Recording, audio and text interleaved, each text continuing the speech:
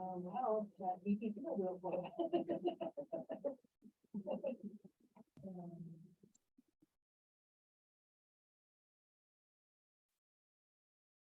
Welcome, everybody. Feel free to go ahead and open up your chat and jump in and let us know where you're from, the kind of work you're doing.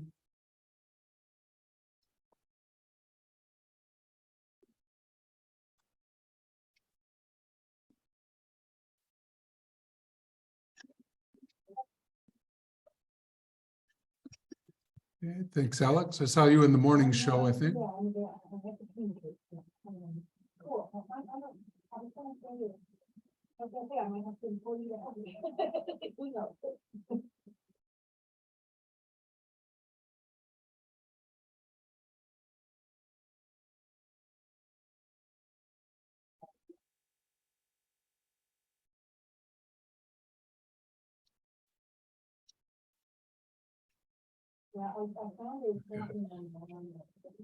Florida in the house. We got Karen. Anyone else from Florida? We've got California here, OKC, Oregon, nice.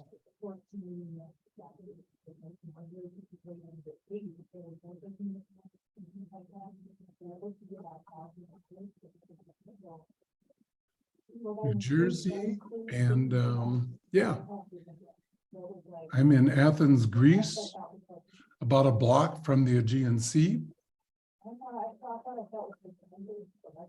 For those of you who are suffering from winter, I understand.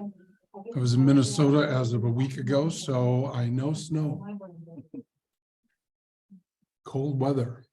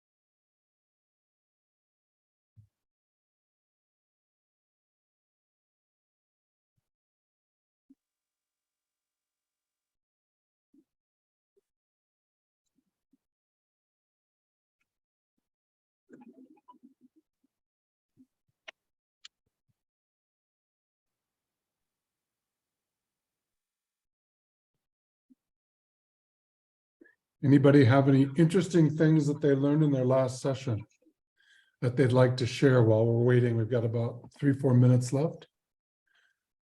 Something they picked up that they can use tomorrow or next semester, whichever works.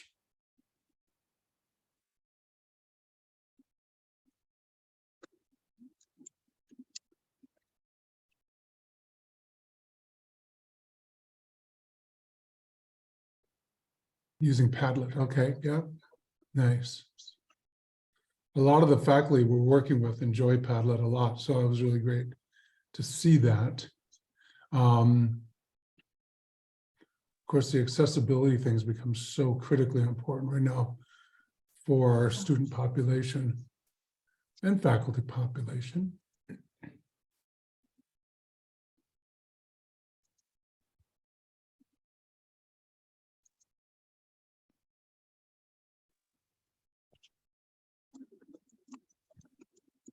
Great sessions. I really appreciated hearing about all these sessions. I'm so glad they're all being recorded because as people were talking about, it's like, how do I see this one, that one, whatever it is. And it's really nice that it draws in so many great ideas, so many diverse ideas that way. So we're really excited about it. It's like you go to the conference and then you have to spend the next 2 or 3 days getting to still see sessions from the conference and future learning. It's nice.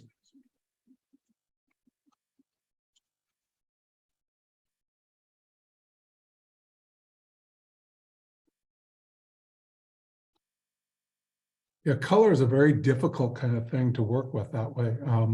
Just for those who tend to have color challenges with eyesight and whatnot. And so, yeah, I think that's it's something that we just don't all realize. You know, no matter what, we all have some sort of learning challenge. And it's like, if you don't have that one, it's really hard to know, you know, how other people get through it.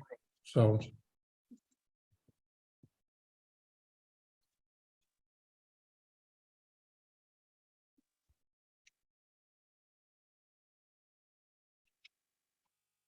Using a lot of reflective questions and getting students to talk about their experiences starts to get you, you know, just asking questions about, hey, we did this, you know, what did you pick up? What were the difficulties? What were the great things that happened for you in your learning?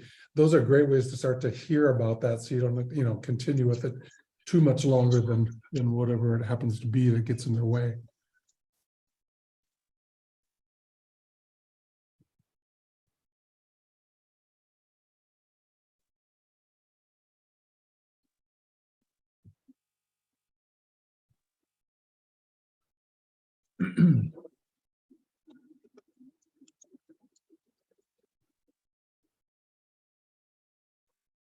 All right, Mouse, we're ready when you are. Karen, after Mouse is done, why don't you go ahead and introduce yourself, and I'll take over for a little bit. Yeah, absolutely. I don't have much to say except I'm the moderator. So if you have any questions today, just let me know. And if for some reason you do come off mute, please remember to mute yourself back up afterwards. And we'll go to about 10:45 and we'll open up to questions, but feel free to post them in the chat. We'll try to stay on top of them, but it's on to you guys. It's great. Well, welcome. I'm Karen LaPlant, and we've got a lot of information for you today. So I'm going to make the intro pretty short because we got lots of stuff to talk about. But I was a full-time faculty at Hennepin Technical College for almost 30 years in the IT area. Then I retired, and now I help design curriculum for high demand areas such as cybersecurity and data analytics. And then I teach at 3 or 4 different Minnesota schools online remotely as I spend my winters in Florida. And now we'll give it to Zala. All right, I'm Zala Fashant, also from Minnesota State.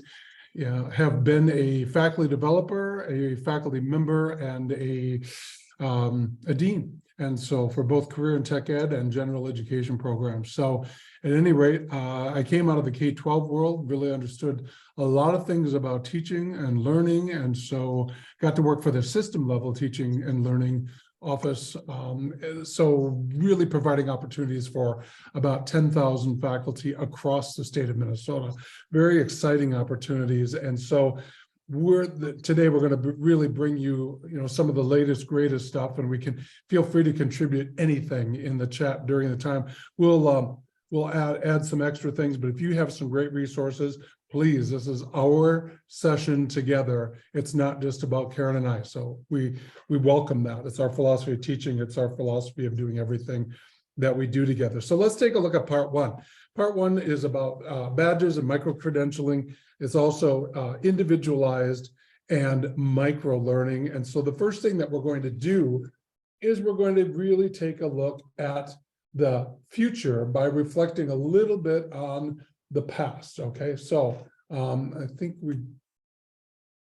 we'll advance the slide here and we'll get a chance to see the traditional model versus the future model. And if you just glance through this, I'm not going to read all this to you because that would be awful. But anyway, it's really changing that one-size-fits-all learning experience for all students and really becoming a little bit more customized, individualized, looking at learning in chunks and really creating a forward-looking learning opportunity. I think in the bottom boxes really talk about the progress is based on earning grades and what you took a look at that way. And as we look at an assessment for now and in the future, where the end result is really a list of mastered skills. There's a competency that is connected with those. We really want to take a look at what they learned and what they have to offer in the workplace. Again, much different than the GPA kind of thing. Karen, why don't we advance to the next one? And so I think one of the things, and I'm going to just focus on the bottom one, while you all get a chance to sort of look at all of these. You know, in the past, we really spent time talking about this whole slower return on investment. Come on in here, spend 4 years or 2 years at our institution. When you get done, you're going to graduate and go get a job. That was a model for that. Right now, faster return on investment. Learn today, use it tomorrow. As a dean of career and tech ed, one of the things that we worked with faculty and programs with is really this idea of the internships, the partnerships, people hiring our students after the first year, getting them in the workplace on condition that they were going to finish their second year, and really begin to take a look at that type of thing. Students want to get hands-on experience, and they want to be able to really take a look at what it is that they're going to be able to do with this education. So the future of higher education is really going to take a look. Let's first of all look at the brand. And so the brand is going to focus on individual learning pathways for students, a support network so that no matter where you are, you're going to be able to get all of the things for registration, transfer, assessment, mental health counseling, especially those kinds of things that we've had to work with a lot during the pandemic, transferring all those things to online and providing just the same or even better experiences with students being able to do that. We also want to have improved academic and career preparation success. Again, creating better partnerships and employment results to attract and retain students. You know, one of the things I like most about two-year institutions is that when you came to the manufacturing program, we were able to tell you that 96% of our graduates got jobs within the first year. And we could show you where they're at. I remember one of my faculty had a board downstairs in the manufacturing area of the college and really took a look at here's Bob Smith and here's where he's working and all those other kinds of things. And they really showed the achievement and the success that students were getting their high motivation, knowing that students were going to be able to take a look at that. Probably need to do a little bit more of that in the four-year institution. It's not just can you get an art history major, but how many of our art history majors are going to be using that art history major, not for the benefit of Starbucks, but for the benefit of what they wanted to be able to do in art history. We're also going to have to look at ways to be able to lower the costs. That becomes an extremely important part there, and give credit for prior learning. You know, students are going to be accessing learning from a variety of ways right now. So let's talk about that learning, and let's talk about the ways that students are going to be able to do things. When we break that down, we really want to take a look at more content being loaded into the whole learning management system. Karen, next slide, please. So when we really start to take a look at that, I know that before the pandemic, Karen and I were working with faculty who started to change their courses and pivot to get them online. They were not using all the tools that the learning management system had to share. So that becomes an increasingly important kind of thing to do. And now with learning management systems beginning to integrate the AI tools into this, we really have a robust and powerful way for students to be able to learn. They want learning at their fingertips. They want it easy, and we need to help make that easy. And so do the manufacturers of the LMS. So you have both asynchronous and synchronous emerging technologies taking place. So it's not simply restricted to a physical classroom or lab.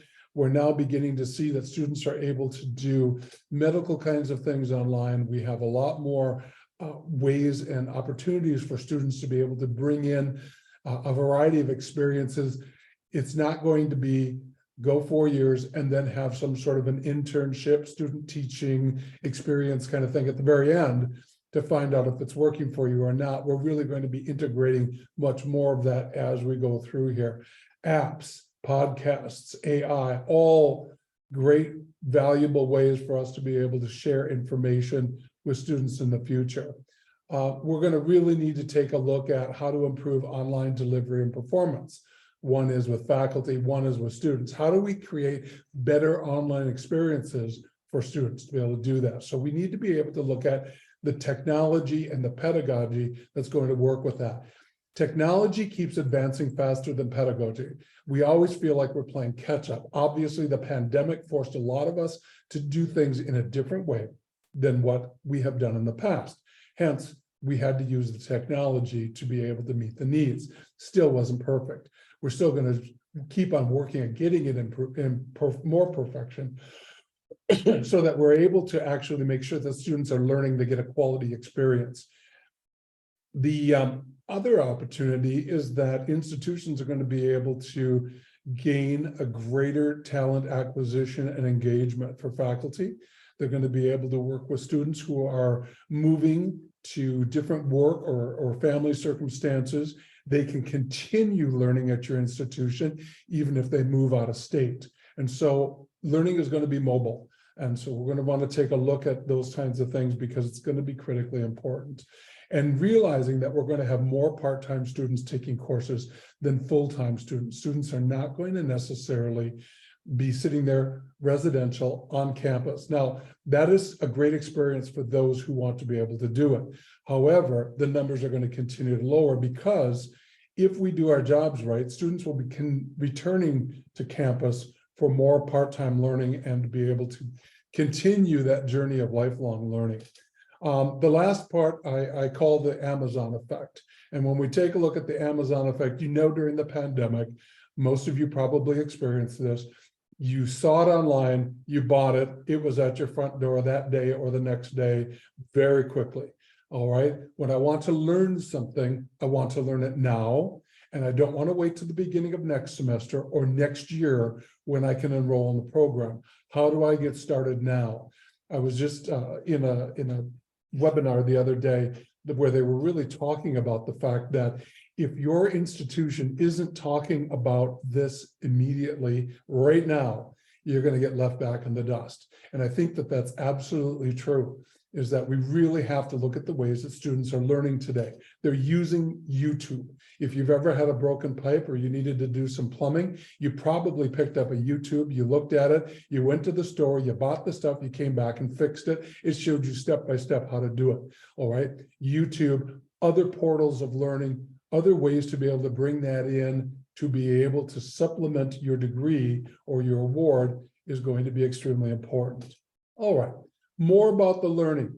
So course design is going to be critically important. We need to make sure that those course outcomes, the assessments, the activities are all aligned and that they're aligned to the industry or national standards that your discipline has.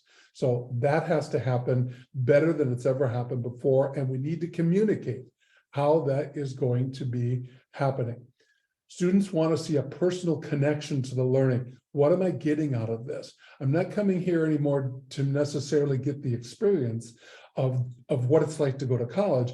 I want to know that when I graduate, I have what it takes to be able to do the job that I'm coming here to learn how to do. It's hard, especially when we think about how valuable liberal arts is and other things like that. It's difficult for us to hear that message sometimes.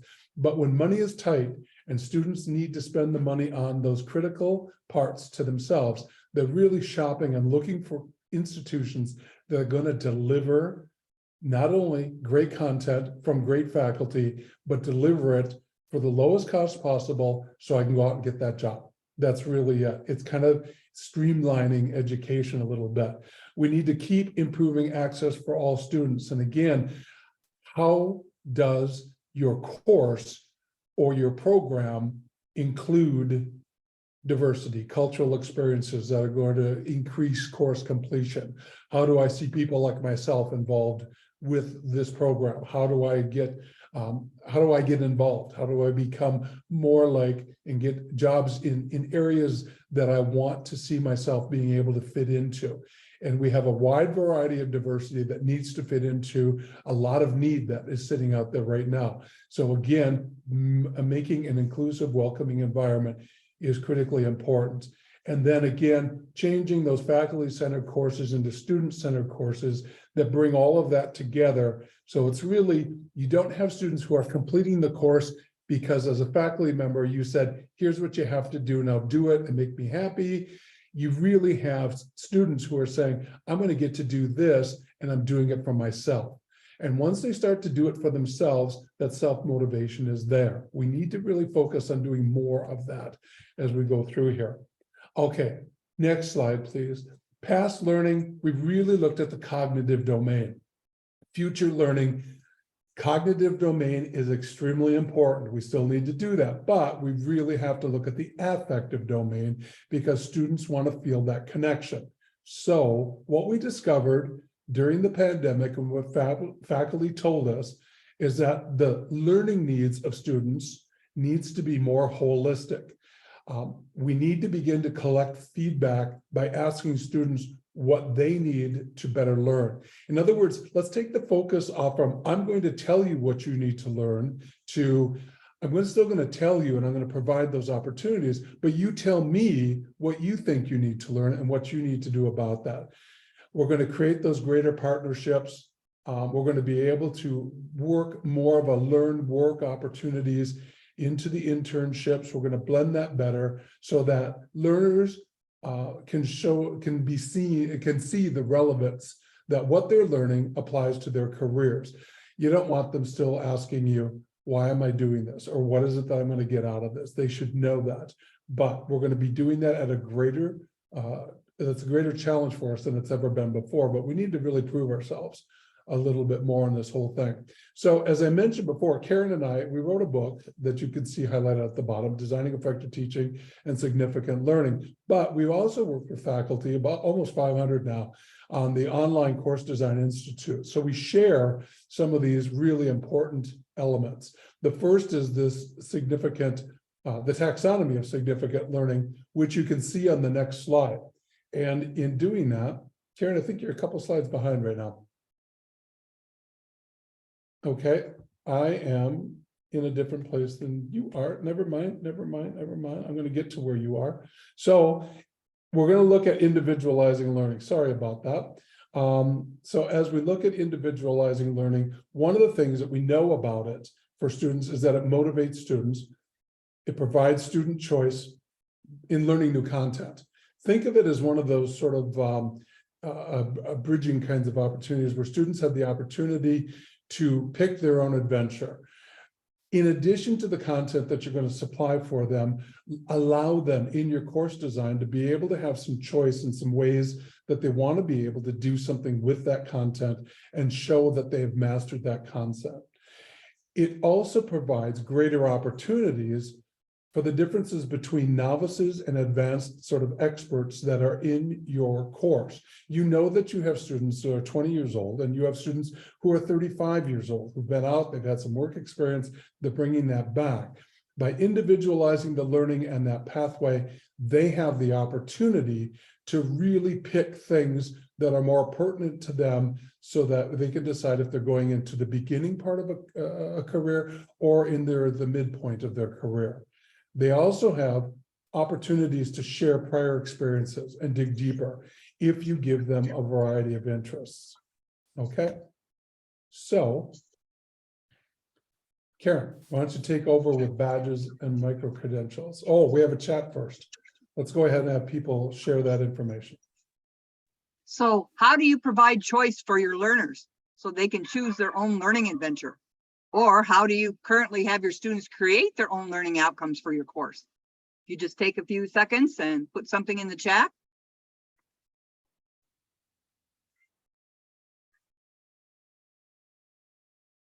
And Randall, thank you for sharing the Amazon Effect just-in-time learning piece there with that link. That was great. Encouraging students to use the TikTok. Yep, I said the TikTok. There we go. Now I sound really old. Sorry about that. Students love it. Absolutely. We'll decide if we get to still have TikTok or not, or whatever the politicians are going to do with all that. But using some of those apps and using some of those things are great ways to get authentic assessment and authentic activities. All right, Karen. Okay, some of the responses would be, I give options for assignments, so it's not just choosing a topic, but choosing how to present the topic, you know, whether it's a web page or a social media campaign or a PowerPoint. Someone else said creating their own scenarios. That's a good one too. I do like that. I give choices of projects for my students. You know, I'll give them like 3 and say, choose the one that's of most interest to you. And they really dive into it and dig into it when it's something they feel they've had somewhat control over. I like the idea of creating your own scenarios. It's really nice. I mean, when you think about it, that really can work on that affective side of, you know, really the human dimension of how this works with different kinds of clients, all kinds of things like that. They could write it up and create a situation for that through a scenario. It's nice. And then someone else said they used Canvas and they set up learning pathways or mastery pathways, I think. Mastery pathways within the course. That's a great plan too. Someone else said they run a current events news feed throughout the term where students can select news articles or other things that are relevant to the course that interest them. I've always liked that current events thing. That's been a good one I've used in the past. And someone else likes to give their students experiential learning opportunities where they have to act as someone from the past and present that perspective, but they get to choose how they do it. Those are great ideas. So think about Lots of opportunities for forward-looking experiences here. How are you going to use this? How has it changed, and how are you going to be able to use this in the future? Really give students, they get more excited about things like that than just what's the past, what's the history. I love history, but if you don't do something with it to talk about it for future, you're missing a big chunk of what you could be doing. All right. So now we're going to talk about badges and micro-credentials, okay? Now, badges and micro-credentials have been around for a while, but they were used mainly in training. Academic side didn't get into it for quite a while. And now, even the last 4 or 5 years, I've had trouble when I'm trying to train or teach faculty. They don't see the benefit of it. So when I do my training, I set them up like an online student, and they have to earn badges. And so they see the notifications, they see, you know, the little carrot that's dangling at them. And so they get excited. So once I can get a faculty member excited, then they're willing to try it in their classroom. Now, students feel like they have a greater voice in designing their learning because they can individualize their lifelong learning. They can achieve it through taking the course, just the courses they need for work, and deciding how much they need and when they need it. They can use multiple different portals for obtaining and archiving their learning.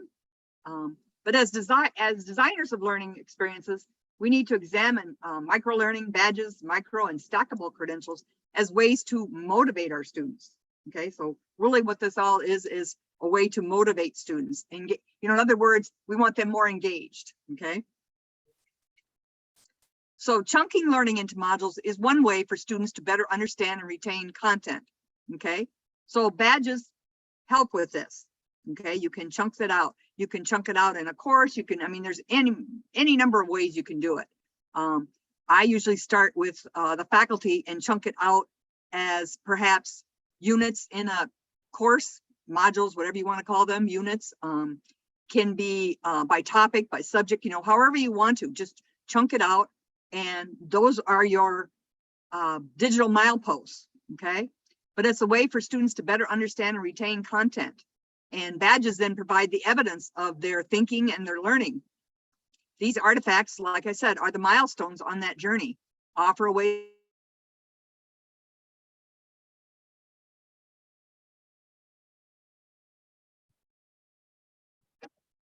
that they can prove to other institutes and or employers. Badges can provide a great deal of information, including the name of the organization, you know, if it's a training organization or a certain college or a certain department, contact information, description of the outcomes or competencies or goals, whatever you want, wherever you're using, date on which it was earned, and if it's expired. Like in IT, many of mine expire just because the technology is out of date in a few years, but in other cases, it may not expire. And then, of course, the crux of it is the evidence of learning that took place, so that someone looking at the badge knows what the student had to accomplish. Like what they had to do at what level, 70%, 80%, 85%, you know, you actually tell them what was needed to earn this. Okay. Badges can show how a student has earned experiences and both the academic side, in workshops, volunteer, community service work. About the only thing I do not believe in using them for is for strictly attendance, but some people do. I just don't use them for just attendance, but I use them for, they have to do something, achieve something, okay? You can attach them to the portfolio. You can attach them to a resume. You can document the learning as one of the valuable attributes of, using badges. You can demonstrate student learning experiences from multiple portals that make up their lifelong learning. Okay, so there's lots of ways to do that. Those are examples of 3 badges that we use for our online course design institute. And so you can make them up. It's very easy. You can, some schools actually get licenses like in Credly and pay for the badges and then have to explain to the students how to accept them. And others can use open badges like Badger, which is what I prefer to use, that there is no cost, not as widely known, but it's a way to get out there in the badging world. Badges are also called ADCs, okay, alternative digital credentials. And so they are growing, and I believe they will be a permanent force.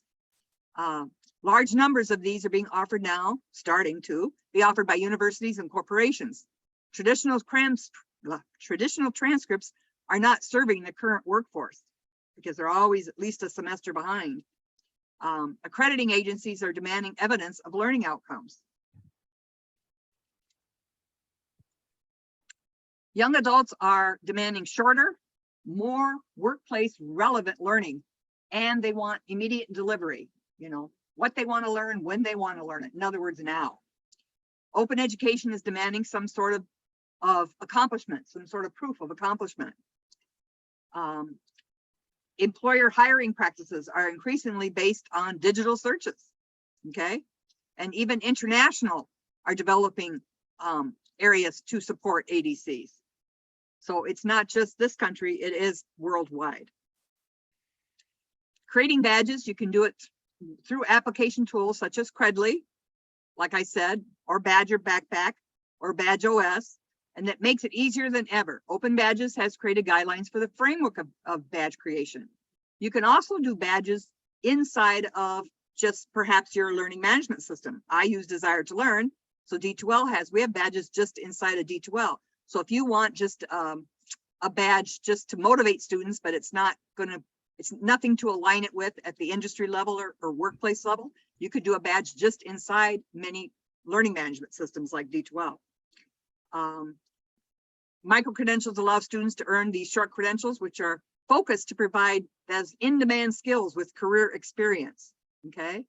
And they're meant to share. And like I said, you can put them on LinkedIn, you can put them on your resume, you can put them on your Outlook signature line. Lots of places you can use these. And Karen, you can see some of the examples of badges that we're using in some of our online courses right now, so that as people complete them, they're getting these badges sent to them with a certificate as well. And many of these, I've been doing a big project for the state of Minnesota. We have a Center of IT, and we even earned an award at D2L last year. We stack things, so we make smaller modules, perhaps maybe worth 1 credit. And if a student satisfactorily completes 3 or 4 of those, they can be bundled together to get a super badge, we call it. So in other words, we have stackable credentials. Not everybody wants to know everything about a subject. They may just want a little piece of it. So we're letting the students choose how much they want to learn and in what order. And then if they complete all of the work we have set up in this pathway, then they have a super badge. They have these little, little badges beforehand that stack up to a larger badge. Advantages: the students can start and stop as needed or as their life, says.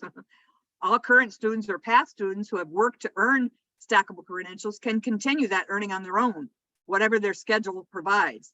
And as long as credentialing hasn't changed within your industry, or badges and micro credentials haven't expired. Like I said, a lot of that is in technology areas like IT that we have to worry about expiring and things like that. Professionals are deciding to learn elsewhere more often. They want immediate learning, cheap, fast, online at their convenience. And employers in smaller organizations might be more willing to pay for the learning while the employee is on the clock. So there are many pros and cons. Okay. Some of the strengths are stackable micro-credentials. Okay. Advanced career goals, of course.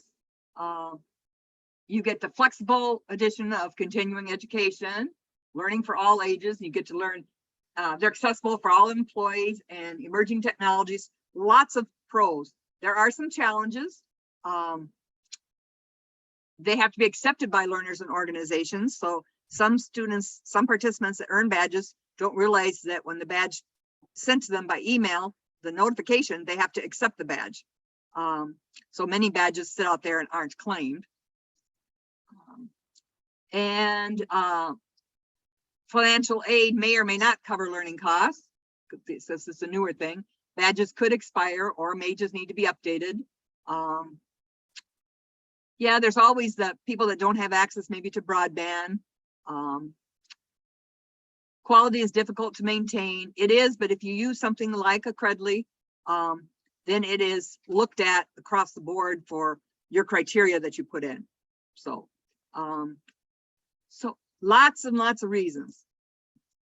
Now we have a question, kind of finish up this area, and it's, how are you, if you are, using badges in your courses? And in what ways is your program and institution designing learning to include micro-credentialing and stackable badges?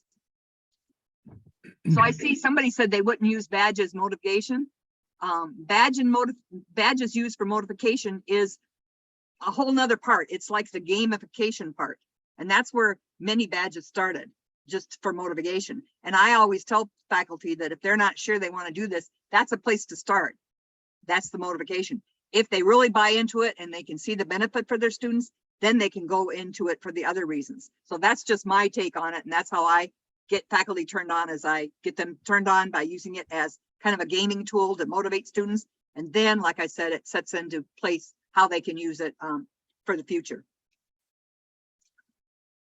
So feel free to tell us if you're using badges or if your institution is, and if they have any micro ones or stackable ones.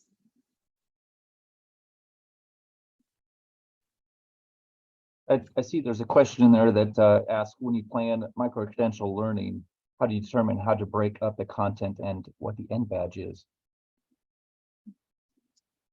It's totally up to you. I usually get a group of 2 or 3 of us so that it's a group effort.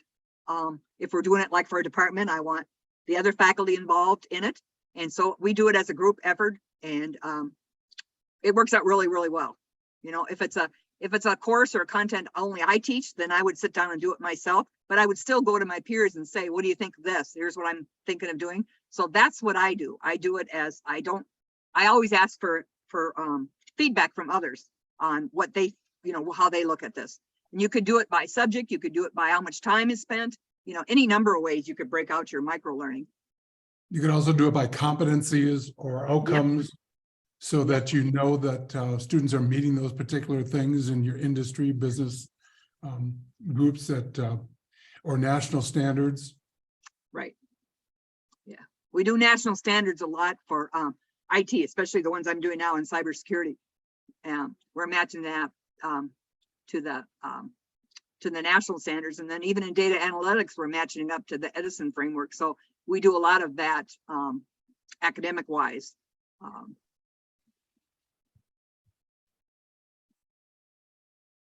And a follow-up to that first question that I posed, it's also asked, do you continue to add the micro-learning for competency and outcomes?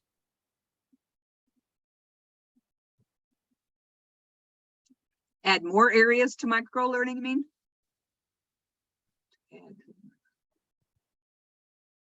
Zala, do you want to take that one? I'm not quite sure what. Well, I think, yeah, I mean, sure. I mean, I think that there's, I'm not quite understanding Yeah. the nuance of the question as to what they would really like to see from that answer there. But I think what we could do is have that conversation at the end, only because we're running a little late at this point, and I want to keep going on for those people who really want to talk about the AI tools, but we can talk more about this individually when we have quick Q&A time. Okay, so can we work on that? Let's go ahead and advance to part number 2, and then we can get kind of down and answer Randall's particular question there. So let's take a look at the whole idea of AI tools and ChatGPT. I'm going to skip through a couple of these only because we're, you know, I don't think we have to say that ChatGPT and other programs like that or other apps like that are going to be around. They're going to be around, and they got quick and early adoption. Okay, so let's move on from there. We'd like to get your ideas in chat, which are going to be, what were your initial thoughts, or what are your initial thoughts when it comes to this release of ChatGPT? It was 3, now it's 4, 5 is coming up down the road. Do you have any biases about the use of this technology in education? What are your feelings and thoughts when it first hit you? And what are you thinking about now, a couple months into it, once we've had this now?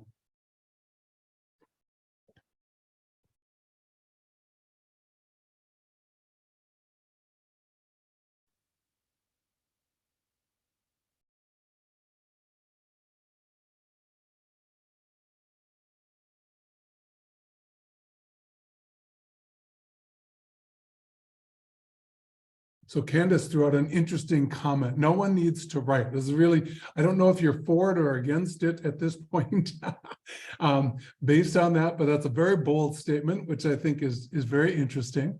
It challenges our thinking, which is fantastic. I like the fact that Alyssa said the responses are, you know, only as good as the questions. It's that whole garbage in, garbage out kind of thing. So again, the prompts, the questioning, we really need to teach our students and ourselves how to write better prompts that are specific to get the answers that we want. And so I think that that becomes extremely important. It's a great starter point template, says Sarah. I think it's really good for those students who have a difficult time organizing their thoughts, gets them going on it. There was the cheating concern, but you start to see that other businesses and things are going to be using it. It's going to be an integral part. So it is a future technology that, frankly, we need to help train our students to do it. Those of you who have advisory committees, you may need to begin to look at this. I like what Sarah said, you know, now the APA is looking for guides to citing it. And that was a big thing for the conversation we had in the webinar the other day, which was simply, wow, you know, I mean, this still isn't just your ideas, or because it's the computer telling you this, it's okay just to go ahead and throw it in anyway. We now has the AI detector. Will you have permission to take students, maybe have them turn things in, just like their own papers before this? Have them do it so it's not your responsibility, and you know, really taking a look at the AI work that's coming up here in the future. Okay, so Karen, let's go ahead and advance to the integration piece. And when we talk about that, I think you're about 3 slides behind, 2 slides behind now. Okay, so there we go. So with the integration, we really want to take a look at developing a plan. I'm going to rush through a lot of these pieces now. Next slide. We want to take a look at being able to the challenges, which it's a limited knowledge. You know, GPT-3 was good through September 2019. 4 is getting better. 5 is going to eventually, it might be up to date, you know, but it's a limited set of knowledge. So asking at certain questions from the last year may be difficult. It has a lack of understanding because it uses advanced language processing techniques, but it still may not understand the question or the context behind your question. There's going to be biases because there's biases or bias anywhere on the internet. So it's going to bring that bias in. So you got to read and analyze that carefully. Difficulty with complex or abstract concepts. And when you really look at that, it's going to really make us struggle a little bit that way. You get unintended consequences because of the fact that it is a powerful tool that can generate text on patterns. But remember, this isn't exactly everything that you want it to be. So of course, you're going to have to go through and take a look at it those who just copy and paste and turn it in, there's a certain writing style that just isn't something that most of us would be teaching. There's the integration challenges. How are you going to be able to integrate it? How are you going to be able to get your students to be able to have the expertise to be able to use it? There's the whole maintenance and updates piece. And then there's the equal access question. How does everybody get to use this, especially if you're using a free version or a not free version? How does that work out? So those are questions that we need to take a look at the integration. Now, let's take a look at the ethical challenges behind ChatGPT. And those ethical challenges are going to be the bias and the fairness we've mentioned. So Karen, if you'd advance the slide. There's the privacy issues that could be an issue. I mean, Italy just closed theirs up, unless that was an April Fool's joke, but I think they just closed it up due to some privacy issues. Anytime you're using a third-party vendor software type of thing, you've got to be careful about what information you're giving them. There's a lack of transparency and accountability because the models can be difficult to understand and interpret. There's the algorithmic decision-making in all of this. So of course, using AI for decision-making could be very, very difficult, especially if you're going to be using it for grading or admission. It can raise questions about fairness and impartiality. Then you've got the human oversight, which we all know. Anytime we're using technology, human oversight becomes extremely important to be able to bring that in. Now, let's go on to the next and talk a little bit about the whole idea of course design. So using it in course design becomes extremely important because of all of these ethical challenges that we have. And we want to make sure that it's changed the landscape. Yes, there's going to be more and more that you're going to be able to bring in, but it's really going to be talking about advancing our courses to the point where we're going to assess the learning on the doing, what students are doing. They'll demonstrate their knowing through the doing. And we're going to get rid of some of the knowing part, some of the foundational knowledge. Karen, let's go to the next slide. I know I'm moving really fast here for you, but if we take a look at creating courses, here's some of the things that we may need to really redesign. One, improving outcomes. Two, interactive prompts, the assessment strategies, the learning activities, and then how do we get increased student engagement? So let's break those down to the next slide, talking about improving course outcomes, less time on foundational knowledge. We don't need to spend as much time describing, explaining, finding. That's the stuff that ChatGPT can do and will bring in. So if we want to really get students doing more, we have to do more with application and integration. That's what we're going to need to be able to do with that. Okay, next item. Let's talk about the interactive prompts. We all know, as you just take a look at this list, pretty much garbage in, garbage out, like we mentioned, and some of you mentioned it in the chat. We really have to take a look at what it is that we want to get from that. So writing proper and specific prompts is going to be important.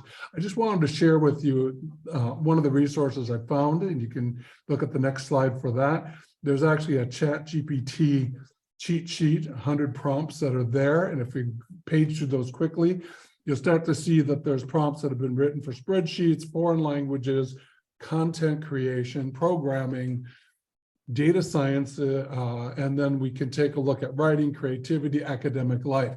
Those of you who are involved in any sort of Facebook groups, the ChatGPT Facebook groups, great place to get a lot of this information to be able to really look at it.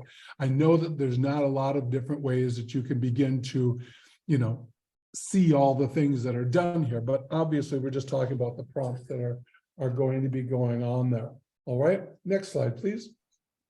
So for assessment strategies, we have formative, we have summative assessment. There's going to be ways that you can use ChatGPT for both of those. Like I mentioned before, one of the things that we have to be very, very careful about, though, is going to be able to look at bias, fairness, the kinds of information that's out there that it's stealing from or taking from or compiling for you, however you'd like to term that. But we can take a look at really, you can use it to create some assessments, but boy, some of it really is going to need to be watched very carefully as you go through there. Okay. So next thing, again, question and answer sessions, writing prompts, virtual debates. You can debate with Chat GPT. Sometimes it has a hard time because it winds itself into the corner and you can't get itself back out of there unless it admits it was wrong in something else it told you before. There's the virtual tutoring where students can get some information there. Quizzes and tests, again, I would use those for student self-assessment. I wouldn't necessarily use those for my own assessments. I'd get off from that idea, but if they really wanted to find out if they understand the concept, they could begin to really talk about it with Chat GPT through a conversation to really improve student engagement. Again, that's something they could copy and send to you. We want to take a look at that student engagement. There's a way to be able to use this for more active learning possibilities. The personalized responses to student questions. Imagine this being your FAQs, to be able to bring that in there. Immediate feedback on work, the whole accessibility kind of piece that can come into play here.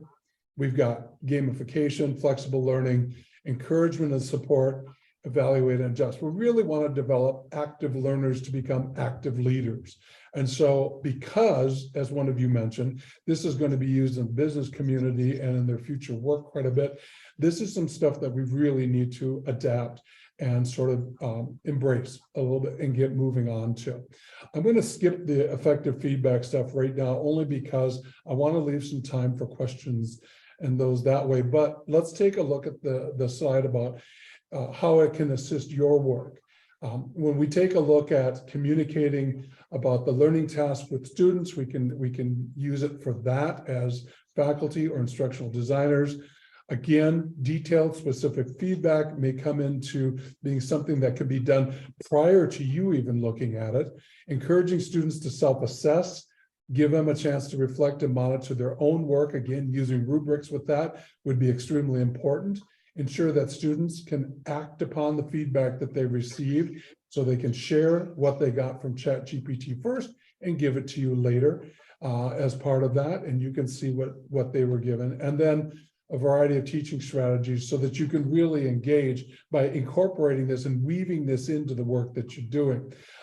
If you look at the next slide, one of the things that I really kind of liked on this was this idea that you can use the AI voiceovers, is AI tools. And it's a way to really introduce more diversity into your courses. So if I'm teaching my course, I can have this woman teaching parts of me. Now, again, I provide the text, she's reading the text, but I can bring in older people, younger people, people of different races. I can bring in people that are, let's say, have physical challenges, maybe some learning challenges, things that are in here. I can really diversify my course a little bit and have them introduce units and topics.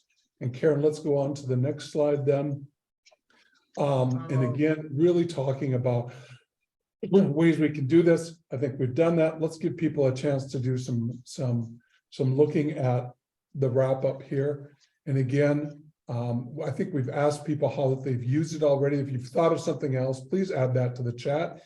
How do you think you might be able to integrate any of this in the work, or that you want to begin to integrate this into your work? So if you go ahead and do that, I'm going to close us up with our closing slides here and give us a chance to answer some questions.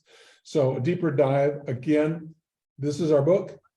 This is where we don't have a lot of information about ChatGPT, but what we did is, if you go to the next slide, we have some online self-paced courses. So it's the whole Online Course Design Institute.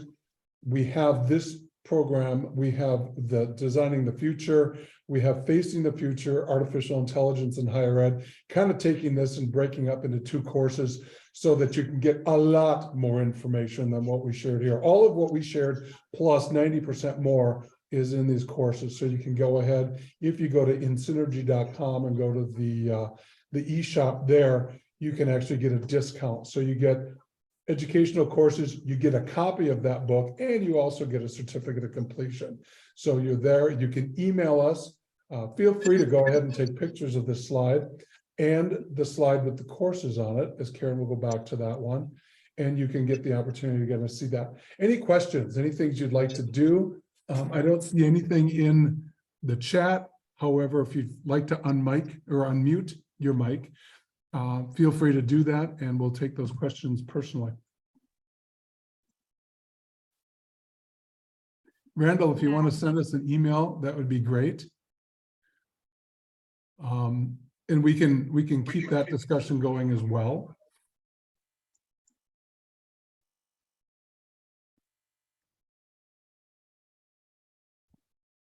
Someone asked about the slides for this session. I do know that we're recording it and that will be available to you later. And I want to quick interject. Thank you very much, Karen and Zala, for coming and presenting here at ELK. I know you've got other sessions to get to. I thank all of you for attending today. I'm posting a survey if you wouldn't mind taking the time just to let us know what you thought of the presentation and all of them that you're going to today. Thank you guys very much.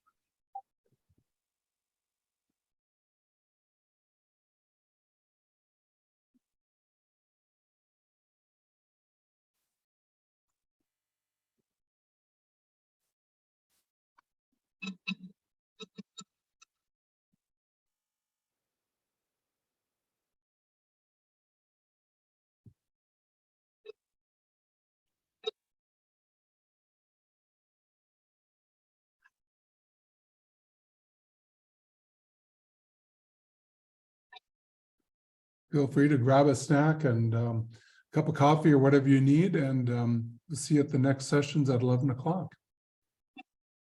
Thanks for coming.